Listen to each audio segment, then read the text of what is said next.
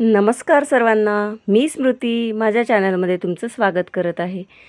आज आपण बनवणार आहोत सुरेख अशा आणि एकदम खुसखुशीत बटाटा आणि साबुदाणा ह्याच्या मिक्स अशा कुरवड्या. एवढ्या सुंदर होतात आणि करायलाही तेवढ्याच सोप्या आहेत. खायला पण तेवढ्याच छान लागतात. स्पेशली मुलांना ह्या खूप आवडतात. चला तर मग आज आपण याची रेसिपी बघूयात. चला तर मग लगेच सुरुवात करूयात. इथे मी एका भांड्यामध्ये 1 वाटी साबुदाणा घेतलेला आहे. साधारणतः 300 ग्राम साबुदाणा आहे. आणि आता हा साबुदाणा मी स्वच्छ असा धुवून घेणार आहे. साबुदाणा एकदम चोळून 2 ते 3 पाण्याने आपल्याला धुवून घ्यायचा आहे. म्हणजे त्याच्यावरची पूर्ण डस्ट धूळ ही निघून जाईल. आता 3 ते 4 पाण्याने साबुदाणा मी धुवून घेतलेला आहे. आणि आता ह्याच्यामध्ये भिजण्यासाठी मी पाणी घालत आहे. बऱ्याच वेळेस असं होतं की काही साबुदाण्याला पाणी जास्त लागतं तर काही कमी. आणि आता याच्यावरती झाकण ठेवून आपल्याला एक 6 ते 7 तास हा साबुदाणा भिजू द्यायचा आहे. आता एक 6 ते 7 तास झाल्यानंतर तुम्ही बघू शकता साबुदाणा एकदम व्यवस्थित असा भिजलेला आहे. असा मोकळा सुटसुटीत झालेला आहे आणि इझिली मॅश होतो आहे. अशा प्रकारे आपला साबुदाणा भिजला पाहिजे. आता हा साबुदाणा मी पूर्ण मोकळा करून घेत आहे. चांगला असं व्यवस्थित सगळीकडे तो सुटसुटीत असा करून घ्यायचा. आता हा साबुदाणा व्यवस्थित मोकळा झालेला आहे. मी याच्यामध्ये आता गरम पाणी टाकणार आहे. ते पाणी मी गॅसवरती गरम करायला ठेवलेलं आहे. पाण्याला एक चांगली उकळी काढून घ्यायची आणि मग ते पाणी आपल्याला ह्या साबुदाण्यामध्ये टाकून घ्यायचं आहे. आता बघू शकता पाणी चांगलं असं एकदा उकळी येऊन घेतलेलं आहे. आता हे पाणी ह्याच्यामध्ये टाकून घ्यायचं आहे. पाणी एवढं टाकायचं की ज्याच्यामध्ये हा साबुदाणा व्यवस्थित असा भिजला जाईल. खूप जास्त पण पाणी टाकायचं नाही, त्याच्यामुळे हे मिश्रण पातळ होण्याची दाट शक्यता असते. साबुदाणा व्यवस्थित भिजेल एवढं पाणी टाकलं तर अंदाजे 1 वाटी पाणी तुम्ही टाकलं तर ह्याला बास होईल. बऱ्याच शाबूवरती डिपेंड असतं. काही शाबूला 1.5 वाटी देखील पाणी लागतं.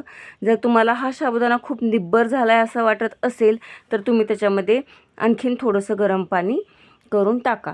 पण आत्ता तरी एवढं ह्या शाबूला पाणी सफिशियंट आहे. आणि गरम आहे तोपर्यंत लगेच झाकण ठेवायचं आणि ह्याला रात्रभर भिजत ठेवायचं आहे. आता रात्रभर साबुदाणा भिजल्यानंतर हे बघू शकता तुम्ही किती सॉफ्ट झालेला आहे आणि एकदम हाताने इझिली मॅश होत आहे. हे बघा, असा साबुदाणा आपला भिजला पाहिजे. किती सुंदर असा हा साबुदाणा आपला भिजलेला आहे. आता हे आपण बाजूला ठेवूयात. आणि इथे मी 1 किलो बटाटे घेतलेले आहेत. ते आपल्याला एका कुकरमध्ये उकडायला टाकायचे आहेत. तर हे बटाटे असेच अख्खे टाकण्यापेक्षा कधीही बटाटे कट करून मग टाकायचे. हे बटाटे मी आधी धुवून घेतलेले आहेत, व्यवस्थित धुतलेले आहेत 3 ते 4 पाण्यामध्ये. आणि नंतर हे असं सुरीच्या साहाय्याने मी त्याचे 2 काप करून त्याला उकडायला टाकणार आहे. त्याच्यामुळे बटाटे चांगले शिजले जातात, मध्ये कच्चे राहत नाहीत. त्याच्यामुळे कधीही बटाटे शिजायला टाकताना आपल्याला बटाट्याची अशी 2 काप करून शिजायला टाकायचं आहे. आणि आता आपण ह्याच्यामध्ये पाणी घालून घेऊयात. पाणी खूप जास्त टाकायचं नाही, 1 ते 1.5 ग्लास पाणी सफिशियंट आहे.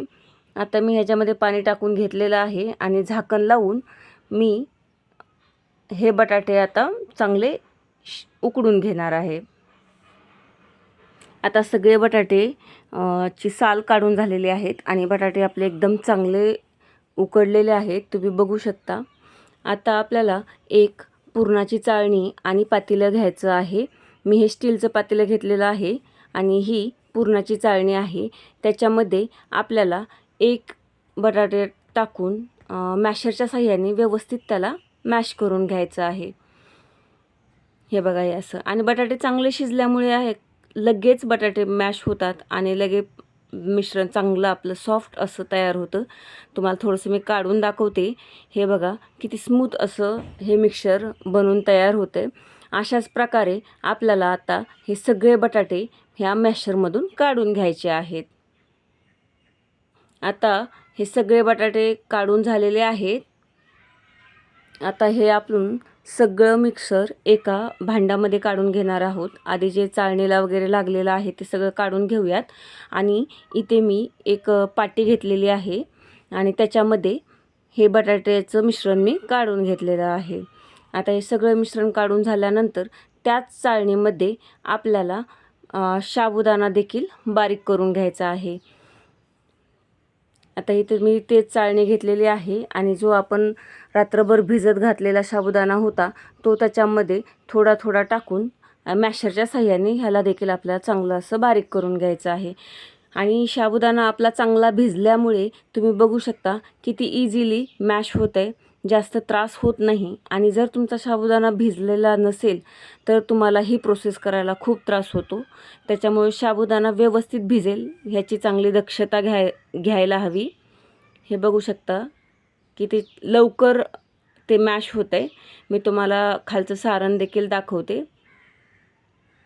हे बघू शकता साबुदाण्याचं सारण देखील किती स्मूथली ह्याच्यामधून निघालेलं आहे. चला तर मग आता आपण हे सगळं सारण ह्याच्यामधून काढून घेऊयात. आता सगळा साबुदाणा मी ह्या मॅशरच्या साह्याने काढून घेतलेला आहे. आता जो चाळणीला चिटकलेला आहे तो पूर्ण आपण साबुदाणा काढून घेऊयात अशा प्रकारे. आणि आता हे मिक्सर देखील आपल्याला जे आपण बटाट्याचं मिक्सर काढलं होतं त्या मिक्सरमध्ये काढून घ्यायचं आहे. हे बघा, हे जे आपण आधी मिश्रण बनवून घेतलं होतं बटाट्याचं त्याच्यामध्येच हे आपल्याला साबुदाण्याचं मिक्सर देखील टाकून घ्यायचं आहे. आणि ह्याच्यामध्ये चवीनुसार मीठ टाकायचं आहे आपल्याला. अंदाजे 1 ते 1.5 चमचा मीठ लागतं. उन्हाळ्याच्या वाळवणा पदार्थामध्ये कधीही मीठ थोडंसं जरा कमी टाकायचं, कारण की वाळल्यानंतर पुन्हा ते पदार्थ खूप खारट होतात. आणि हे व्यवस्थित हाताच्या साह्याने चांगलं असं मिक्स करून घ्यायचं, एकजीव करून घ्यायचं. एक 5 ते 10 मिनिट मी त्याला असं एकदम एकजीव करून घेतलं आणि छान असं हे त्याचं मिश्रण तयार करून घ्यायचं आहे. बघा, आता हे माझं मिश्रण तयार झालेलं आहे आणि आता आपण ह्याच्या लगेच कुरवड्या घालायला घेणार आहोत. हे बघा, हे मी शेवगा घेतलेला आहे आणि मीडियम साईजची नेट मी त्याला घातलेली आहे. तर चमच्याच्या साह्याने आपल्याला असं दाबून दाबून मिश्रण त्याच्यामध्ये भरायचं, ज्याने की त्याच्यामध्ये काही स्पेस रिकामा राहायला नाही पाहिजे. म्हणजे आपली कुरवडी ज्यावेळेस आपण तयार करू त्यावेळेस ती तुटणार नाही, एक सलग तारा येतील. म्हणून ह्या शेवग्यामध्ये ज्यावेळेस पण आपण सारण भरू ना त्यावेळेस एकदम दाबून व्यवस्थित भरून घ्यायचं आहे. आता इथे मी खाली आधीच एक प्लास्टिकचा कपडा टाकून घेतलेला आहे आणि त्याच्यावरती मी तुम्हाला कुरवड्या घालून दाखवते. हे बघा, किती सुंदर अशा कुरवड्या येत आहेत. बिलकुल एकही तार त्याची तुटत नाही आहे, एक सलग येतात आणि घालायला पण किती इझी जात आहेत, बिलकुल त्रास होत नाही. आणि जर तुमचं मिश्रण व्यवस्थित झालं तरच हे होऊ शकतं. आणि जर तुम्हाला असं वाटलं की आपलं मिश्रण खूप जास्त पातळ झालं आहे तर तुम्ही त्याच्यामध्ये साबुदाणा भाजून मिक्सरमधून काढून मिक्स करायचा, मग तुमचं सारण एकदम व्यवस्थित होतं आहे. पण माझं सारण एकदम व्यवस्थित झालं आहे, जास्त पातळही नाही आणि जास्त घट्ट देखील नाही. त्याच्यामुळे कुरवड्या देखील तेवढ्याच छान येत आहेत, हे तुम्ही बघू शकता. आता हे सगळ्या कुरवड्या मी घालून घेते आणि बघू शकता आता ह्या सगळ्या कुरवड्या माझ्या घालून झालेल्या आहेत आणि किती सुरेख अशा झालेल्या आहेत. काही त्रास नाही. 15 ते 20 मिनटामध्ये मी एवढ्या कुरवड्या सगळ्या घालून घेतलेल्या आहेत. माझ्या इथं ऊन येत नसल्यामुळे मी ह्या सर्व कुरवड्या फॅनच्या हवेखालीच घातलेल्या आहेत. आणि नंतर आता आपल्याला 2 दिवसांनी चांगलं ऊन द्यायचं आहे. 2 दिवस ऊन दिल्यानंतर ह्या कुरवड्या अशा दिसतात, एकदम सुरेख होतात. त्याच्या तारा वगैरे अजिबात तुटत नाही. बघा, हे तुम्ही बघू शकता किती सुंदर अशा ह्या कुरवड्या तयार आहेत. तर मी आता तुम्हाला तळून दाखवते. इथे तेल गरम झालेलं आहे आणि ह्या तेलामध्ये मी ही कुरवडी टाकून घेते. हे बटाटे आधीच उकडलेले असतात त्याच्यामुळे थोडासा कुरवड्यांचा कलर हा लाल होऊन जातो, पण खायला तेवढंच सुंदर लागतात. नक्की ट्राय करा आणि रेसिपी आवडली असेल तर माझ्या चॅनलला लाईक करायला विसरू नका. लवकरच भेटू दुसऱ्या रेसिपीसोबत. तोपर्यंत मस्त खा आणि स्वस्त राहा.